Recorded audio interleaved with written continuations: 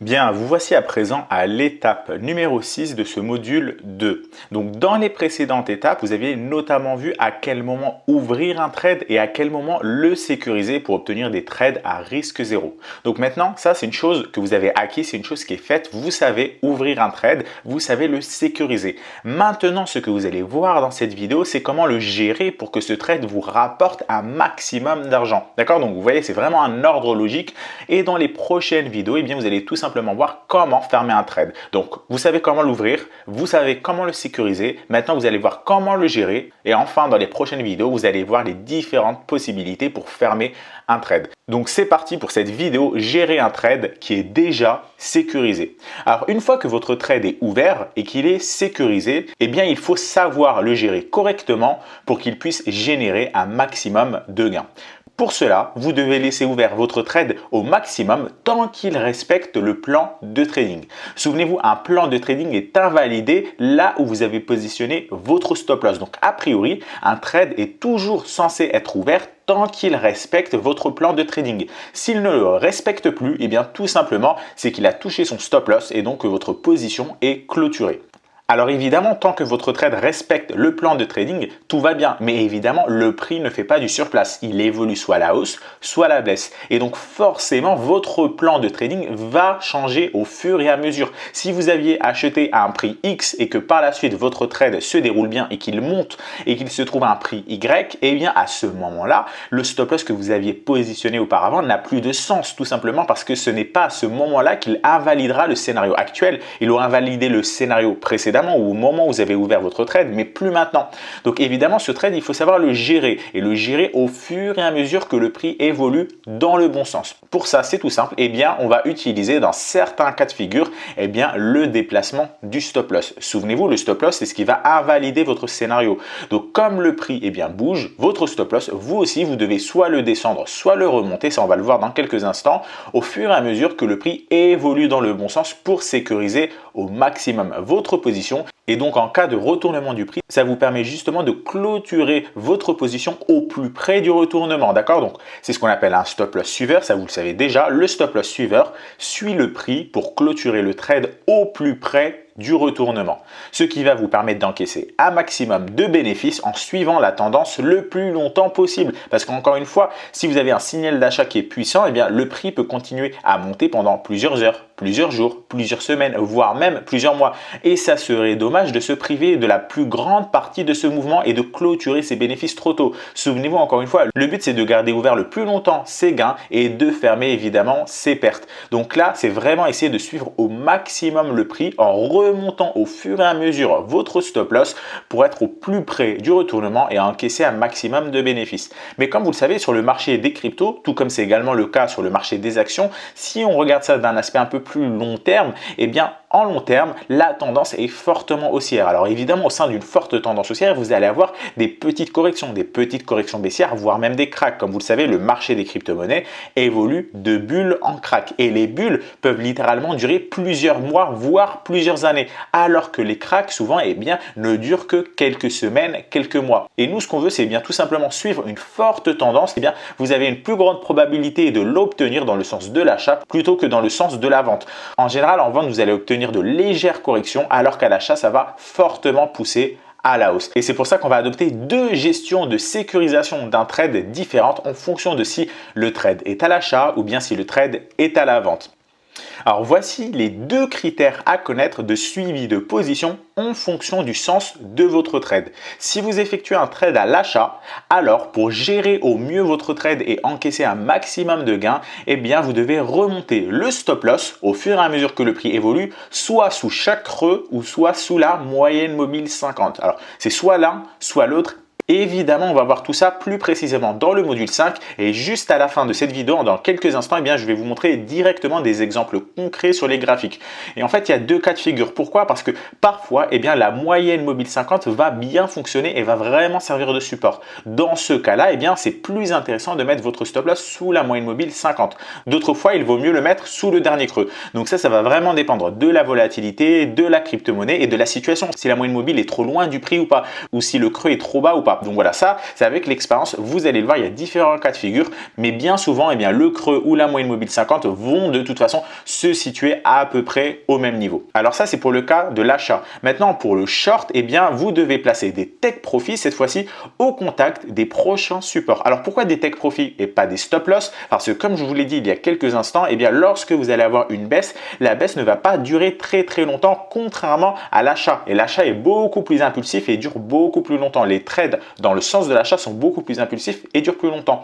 Donc par conséquent, les trades à l'achat, eh bien, vous pouvez les gérer de manière longue, c'est-à-dire remonter des stop loss sous chaque creux ou sous la moyenne mobile 50. Par contre, pour les shorts, comme les trades sont très rapides, eh bien, si vous gérez tout ça au stop loss, vous allez sortir de position trop tard parce que par exemple, parfois, vous allez avoir le prix qui va chuter très fortement et vous, si vous mettez votre stop loss sous le dernier sommet, il va être beaucoup trop loin et donc le prix va recorriger à la hausse et vous n'avez pas clôturé votre position suffisamment tôt. Alors que pour le short, eh bien, il vous suffit de placer des take profits au contact des prochains supports parce que c'est sur les supports que le prix justement risque de rebondir. Et lorsque le prix atteint ce support, eh bien, votre position va être clôturée automatiquement. Alors peut-être que le prix va franchir le support et descendre encore plus bas. Ça, c'est pas grave, ça peut être une nouvelle opportunité de short pour ouvrir une nouvelle position. Mais quoi qu'il en soit, statistiquement, il vaut mieux gérer les shorts en plaçant des take profits et les achats en plaçant des stop loss. Parce que l'erreur bien souvent, c'est que les traders débutants ne se plaignent pas de ne pas profiter des shorts, mais se plaignent d'être sortis beaucoup trop tôt à l'achat. Parce que lorsque vous avez des achats, eh bien, le prix peut monter pendant très longtemps et c'est vraiment dommage de sortir trop tôt. Alors que pour les shorts, eh bien, ça ne dure pas si longtemps que ça et donc ça n'est pas vraiment dommage. Alors une petite remarque, sachez que si vous avez un trade qui se déroule bien, vous pouvez aller encore plus loin, c'est-à-dire le basculer sur une unité de temps supérieure pour augmenter vos gains potentiels. Admettons par exemple que vous avez ouvert un trade en H1 et que le trade en H1 est un trade à l'achat et qu'il monte très fort. Vous avez positionné votre stop loss et donc vous voyez qu'il est monté tellement fort que ça vous donne un autre signal en H4. Lorsque vous basculez en H4, vous voyez que le trade est toujours valide. Et donc en faisant ainsi, ça vous permet de multiplier vos gains. Pourquoi? Parce qu'en prenant votre trade en H1, vous avez une grosse exposition sur le marché. Alors pour l'exposition, encore une fois, vous allez le voir dans le module numéro 3. Mais si vous êtes en train de regarder cette masterclass une deuxième, une troisième fois, ça devrait vous parler davantage. Lorsque vous prenez des trades en H1, le stop loss est souvent très proche. Donc votre taille de position est évidemment beaucoup plus élevée et les gains potentiels, eux aussi, sont beaucoup plus élevés. Donc lorsque vous allez basculer votre trade en H4, vous gardez une taille de position très élevée. Vous gardez en fait une taille de position équivalente au H1, sauf que vous avez basculé en H4. Donc les gains potentiels seront encore plus élevés, surtout qu'en H4, le prix peut monter encore plus haut, etc.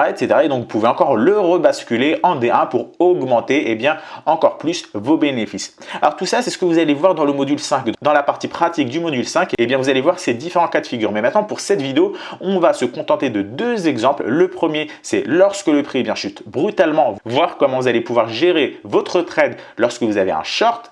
Et puis par la suite, vous allez voir comment gérer un trade lorsque vous êtes positionné dans le sens de l'achat. Donc voilà les deux exemples que vous allez voir dans cette vidéo. Alors on va commencer avec le premier cas de figure, c'est le cas du short. Ici, vous le voyez, le prix du Bitcoin est en tendance baissière. Donc évidemment, il vaut mieux privilégier les trades dans le sens baissier. On a ici un sommet, un creux, un sommet, un autre creux. Vous voyez que les sommets sont tous de plus en plus bas. Par contre, les creux ne sont pas vraiment de plus en plus bas, mais on constate tout de même que la tendance est quand même baissière car les sommets sont de plus en plus bas. Donc, on peut tracer en fait finalement un support ici. Donc, on peut tracer grossièrement un support aux alentours du niveau des 6000 $. Voilà, là, on a un support qu'on trace donc en vert. Donc, vous voyez un point de contact, un second, un troisième point de contact, un quatrième. Donc, on a véritablement un vrai support ici. Le prix se situe en dessous des moyennes mobiles, en dessous de la moyenne mobile 50 et en dessous de la moyenne mobile 200.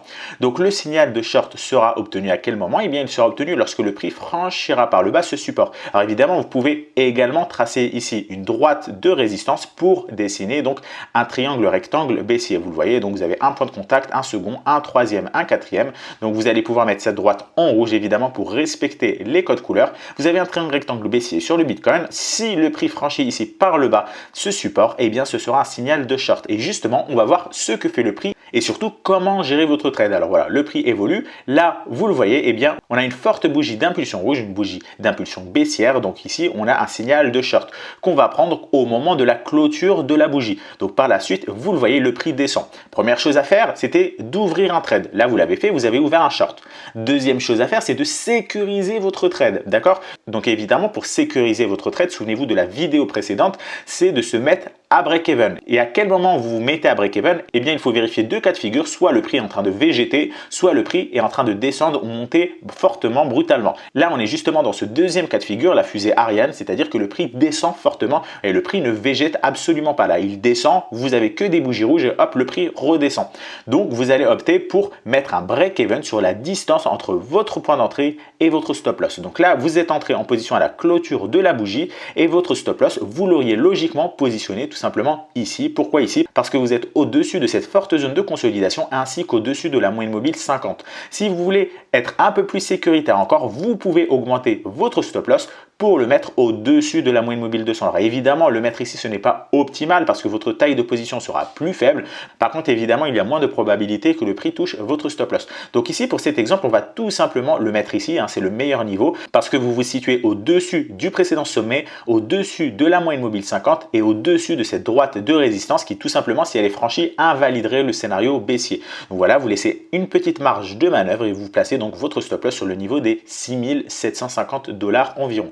Votre point d'entrée, vous le placez donc sur ce niveau-là, la clôture de la bougie. Donc je vais juste augmenter exceptionnellement la longueur des droites, tout simplement pour que vous puissiez les voir. Donc ici, on va le mettre de la couleur jaune, tout simplement. Vous avez maintenant placé votre point d'entrée et votre stop loss. Donc à quel endroit vous passez break-even? Eh bien lorsque le prix aura parcouru la distance entre votre point d'entrée et votre stop loss. Donc ici, vous le voyez, votre point d'entrée, il est à 5600 $ environ et votre stop loss à 6750 $. Donc ici, je ne prends pas les valeurs précises et évidemment, vous pourriez les prendre. Mais là, c'est surtout pour vous illustrer l'exemple. Vous voyez qu'on a une différence à peu près, donc 6750 moins 5600, donc ça fait environ 1150 $. Donc pour connaître le niveau où vous devez passer break-even, eh bien vous faites 5600 moins 1150. Donc voilà, ça fait à peu près 4450. Donc vous placez votre point de break-even à 4450. Donc voilà, ça se situe environ ici. Donc je vous rappelle qu'on est en échelle logarithmique. Donc c'est normal ici que les distances ne soient pas 100% identiques. Regardez, si je repasse en échelle linéaire, on a bien les mêmes distances. Mais en échelle logarithmique, évidemment, les distances ne sont pas 100% identiques. Donc vous pouvez tout simplement mettre votre niveau de break-even en bleu par exemple ou en vert. Donc ici, je vais le mettre en bleu. Voilà, vous avez mis votre niveau de break-even en bleu et lorsque le prix atteint ce niveau de break-even, eh bien, vous pouvez redescendre votre stop loss. Je vous le rappelle, au niveau du point d'entrée. Et là, c'est justement ce qu'a fait le prix. Donc, le prix est descendu brutalement. À ce moment-là, eh bien, vous pouvez descendre votre stop loss pour sécuriser votre position. Donc, votre stop loss ici, vous le descendez sur votre point d'entrée. Voilà. À ce moment-là, vous ne risquez plus rien sur votre trade. C'est-à-dire que si le prix continue à descendre, tant mieux, vous allez gagner encore plus. Par contre, si le prix monte et atteint votre point d'entrée, eh bien, votre position sera automatiquement clôturée grâce au stop loss. Donc, vous ne risquez plus rien sur cette position. Donc, voilà vraiment les étapes à suivre. Première étape, c'est ouvrir le trade. Deuxième étape, c'est repérer le niveau pour se mettre break-even et donc se mettre break-even, là c'est fait. Et troisième étape, c'est gérer votre trade pour qu'il vous rapporte un maximum. Et là, c'est ce qu'on va justement s'apprêter à faire. Alors, je vous rappelle que pour les trades en short, vous les gérez en take profit, vos trades. D'accord? Vous ne les gérez pas en stop loss. Donc ici, comme c'est un trade en short, il faut repérer le prochain support. Donc, vous avez qu'à dézoomer le graphique de prix. Voilà. Et ici, vous le voyez, donc votre prochain support suite à la cassure de cette zone ici de support se situe environ. Alors, je vais juste enlever ça pour que vous puissiez mieux voir. Hop là, donc vous le voyez, elle se situe environ ici. On a ici un premier point de contact vers le niveau des 3540 $. Ici, le prix donc descend et réintègre tout de suite ce niveau-là. Et vous le voyez, le prix a testé à de nombreuses reprises. Donc, vous pouvez tracer une zone de support très rapidement ici. Alors, évidemment, lorsque vous faites des shorts, ne visez pas des niveaux de support qui sont trop bas. Car tout simplement, le prix ne peut pas non plus descendre en ligne droite.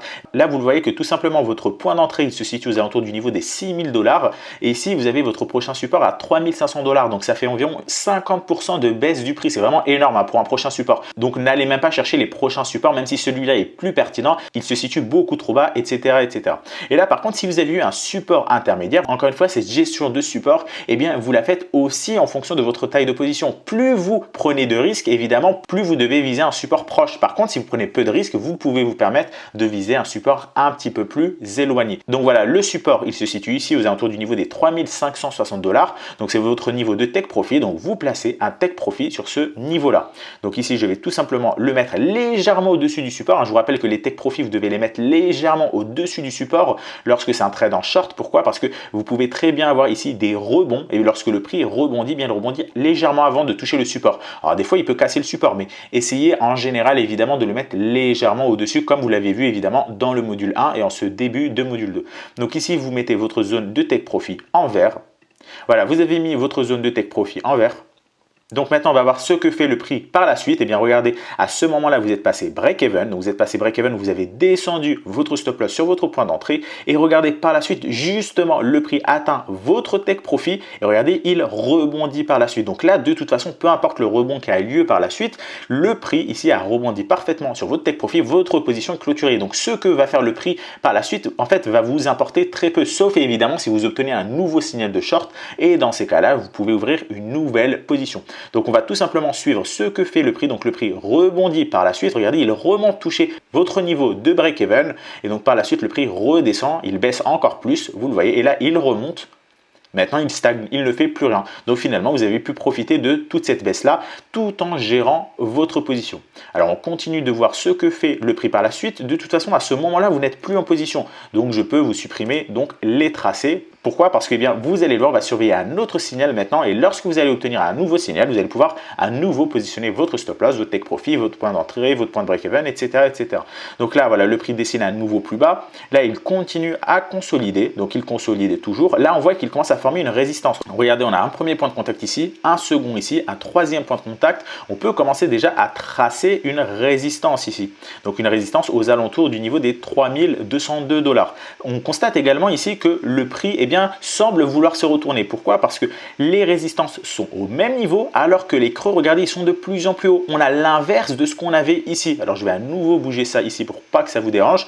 Regardez, ici, on avait des supports sur le même niveau et des sommets de plus en plus bas. Alors qu'ici, on a une résistance sur le même niveau alors qu'on a des creux de plus en plus hauts. Donc, en fait, ce qu'on est en train d'obtenir ici, eh bien, c'est l'inverse de ce qu'on avait là. Ici, on avait un triangle rectangle baissier et maintenant, on a un triangle rectangle haussier. Donc, regardez par la suite ce que fait le prix. Alors, évidemment, cette figure-là, c'est une figure que vous pouvez prendre à l'achat si le prix casse la résistance par le haut. Donc, pour l'instant, il ne le fait toujours pas. Regardez, hop, là, on a un signal d'achat. On a un signal d'achat, pourquoi? Parce que le prix, regardez, il a franchi par le haut cette résistance. Il a végété à proximité. Donc, vous voyez, en fait, on a une tasse avec une anse. Donc, ici, on a la tasse. Ici, on a la anse. Et le prix a végété à proximité de la résistance. On a également ici un pic de volume exceptionnel. On a une forte bougie d'impulsion. Donc, ici, ça vous donne un signal d'achat. Donc, ici, admettons que vous prenez position à ce moment-là. Donc, je vais vous mettre une droite, tout simplement, voilà, en jaune.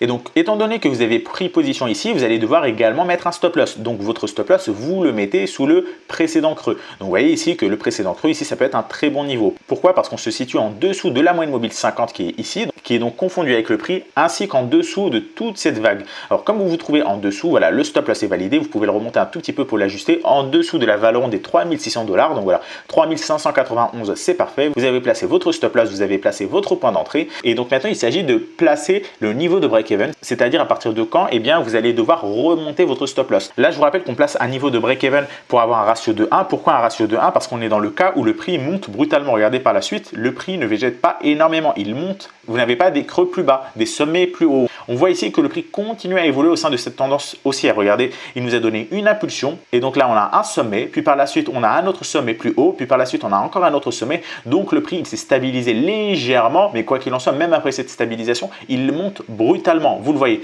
Donc, voilà, vous pouvez gérer ce trade avec évidemment donc le ratio de 1 pour 1. Alors, également, vous auriez aussi pu faire la deuxième façon, c'est-à-dire donc de gérer votre trade et de le clôturer s'il revient toucher le point d'entrée. Pourquoi? Parce qu'on peut également considérer, donc d'un certain point de vue, que le prix ici il consolide. Mais pour vous, en fait, ça ne change absolument rien pour ce trade-là. Pourquoi? Parce que vous le voyez, en fait, le prix n'est pas revenu tester votre point d'entrée. Donc, en fait, même si vous aviez géré le trade de cette façon-là, en remontant votre stop loss sur votre point d'entrée avant d'avoir atteint la distance, ça n'aurait pas changé grand-chose parce que le prix, eh bien, tout simplement, n'est pas venu retoucher cette zone-là et donc continue à évoluer à la hausse. Donc là, le prix continue à évoluer à la hausse. Et donc là, on est dans la troisième étape. Vous avez sécurisé votre position. Va falloir, eh bien, pouvoir la gérer pour qu'elle vous rapporte un maximum, donc soit mettre le stop loss sous le précédent creux, soit sous la moyenne mobile 50. Alors à ce moment-là, lorsque vous vous trouvez ici, qu'est-ce qui vous paraît le plus logique? De le mettre sous les précédents creux ou la moyenne mobile 50? Il est évident que c'est sous les précédents creux. Pourquoi? Parce que déjà la moyenne mobile 50, vous le voyez, elle est vraiment loin et elle n'a pas vraiment fonctionné en tant que support sur l'historique du prix. Elle a plutôt fonctionné en tant que résistance. Vous le voyez ici, elle a servi de résistance, mais là le prix en fait était complètement confondu dessus. Elle a même à nouveau servi de résistance, mais pas de support. Donc ici la moyenne mobile 50, elle est un peu moins pertinente, alors que le creux est beaucoup plus pertinent. Pourquoi? Parce que vous avez un ensemble de creux ici, regardez, qui sont confondus. Donc on a vraiment une grosse zone de support ici qui a été dessinée et on voit également que ça nous permet de mettre notre stop loss en dessous de la phase 1. Donc regardez ici, on avait déjà une phase 1, ici on avait une phase 2, donc sur le signal d'achat, ça tombe bien. Ici on a à nouveau une autre phase 1 qui s'est dessinée, les bandes de Bollinger sont parallèles, donc vous pouvez mettre votre stop loss en dessous. Donc votre stop loss est placé ici de manière logique. Et maintenant il faut tout simplement continuer à suivre le prix, positionner votre stop loss soit sous le dernier creux, soit sous la moyenne mobile 50 en fonction de ce qui semble le plus pertinent. Donc regardez par la suite ce que fait le prix. Donc il évolue de manière haussière, donc très fortement haussière. Et donc voilà, là nous sommes donc sur la phase actuelle du prix. Alors c'est très intéressant que je vous montre ça en temps réel. Pourquoi? Parce qu'on va pouvoir enchaîner sur la prochaine vidéo lorsque vous allez avoir un trade explosif. Et c'est exactement ce qu'il se passe maintenant.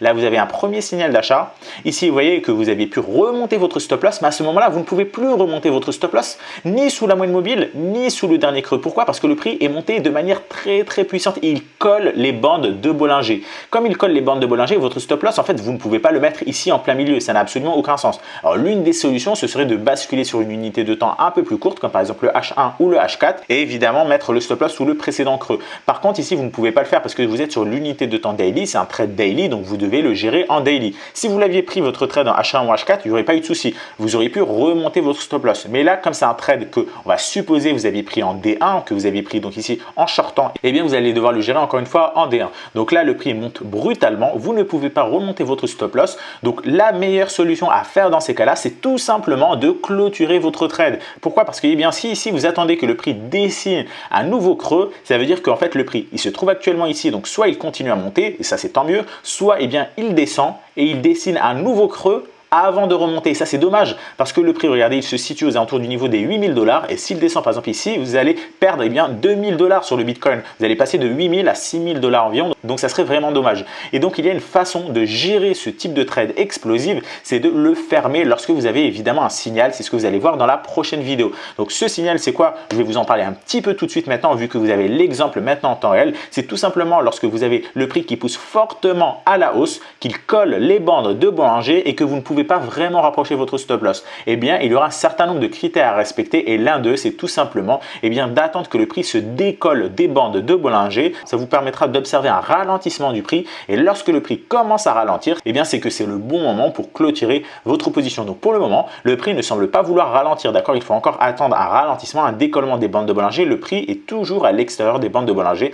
Mais voilà, donc c'était déjà tout pour cette première vidéo sur l'étape numéro 6 pour savoir gérer correctement un trade sécurisé. D'accord, je vous rappelle encore une fois, au début, vous ouvrez votre trade, puis vous le sécurisez, puis vous le gérez et enfin vous le fermez. D'accord, donc là, vous avez vu comment l'ouvrir. Donc, vous l'avez ouvert ici. Vous avez vu comment le sécuriser. Vous avez remonté votre stop loss. Vous savez maintenant comment le gérer. D'accord, donc pour l'instant, tout simplement, vous ne pouvez pas remonter votre stop loss et vous savez que c'est un trade impulsif, un trade explosif. Et prochaine étape, il faut le fermer. C'est ce que vous allez voir tout de suite dans la prochaine vidéo.